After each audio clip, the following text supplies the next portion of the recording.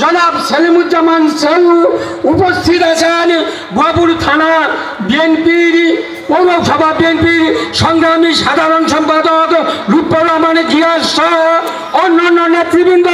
সংক্ষিপ্ত বক্তব্য রাখব। সংগ্রামী সাথী বন্ধুরা, আপনারা জানেন বাংলাদেশ স্বাধীন হওয়ার পর যখন বাংলাদেশ জাতীয়তাবাদী দল ভুয়াপুরে প্রতিষ্ঠিত হয়, তখন এই বিএনপির নাম ছিল উত্তরবঙ্গের উত্তর বিএনপি, উত্তর ভুয়াপুরের বিএনপি, যার নেতৃত্বে ছিল আব্দুল খালেদ মন্ডল এবং আব্দুল সালাম পিন্টুর নেতৃত্বে।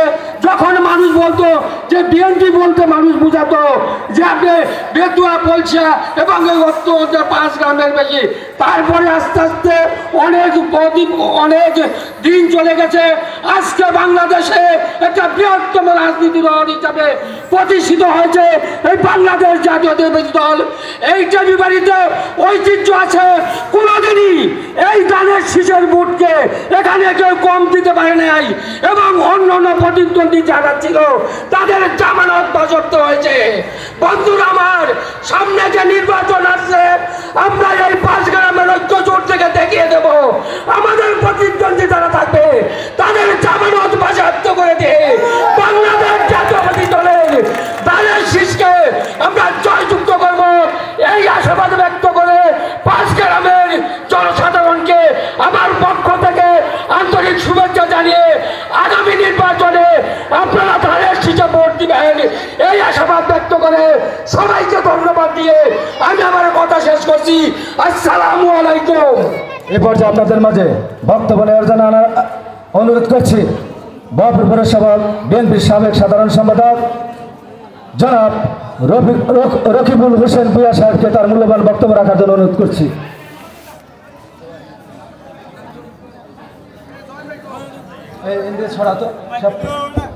পিছিয়ে থেকে দয়া করে পিছিয়ে থেকে সবাই সামনে চলে যাবেন। বিসমিল্লাহির রহমানির রহিম। আসসালামু আলাইকুম। সম্মানিত পৌর বিএনপির সভাপতি, আজকের সভাপতি, আজকেই আমাদের ভুয়াপুর গোপালপুরের প্রথম নির্বাচনী জনসভা শুরু হচ্ছে এইখান থেকেই। এটার কারণ বিএনপি বলতে আমরা আগে বুঝেছি যে আসলে পরিষা, বেতুয়া, বাহাদুরপুর এই 4-5 গ্রাম থেকে সবচেয়ে বেশি ভোট আজকে যারা উপস্থিত সামনে আছেন মা বোনেরা তারা জানেন এইখান থেকে বিএনপির বেশি উৎপাদ, বেশি উদ্দীপনা, বেশি ভোট দিয়ে বিএনপিকে ক্ষমতায় নেয়।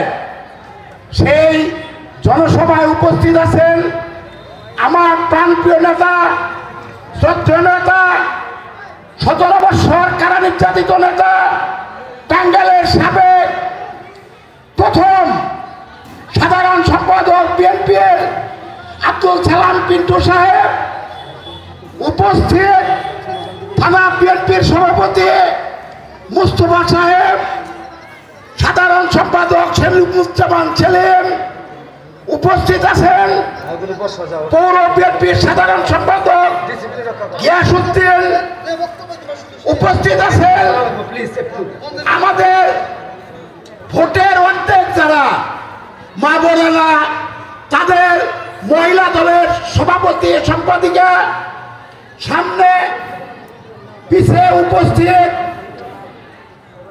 আমাদের ইউনিয়ন বিএনপির অনেক নেতৃবৃন্দ, থানা বিএনপির নেতৃবৃন্দ, সামনে মুরব্বিয়ান মা বোনেরা, সবাইকে আমি সালাম দিয়ে দুটি কথা বলবো।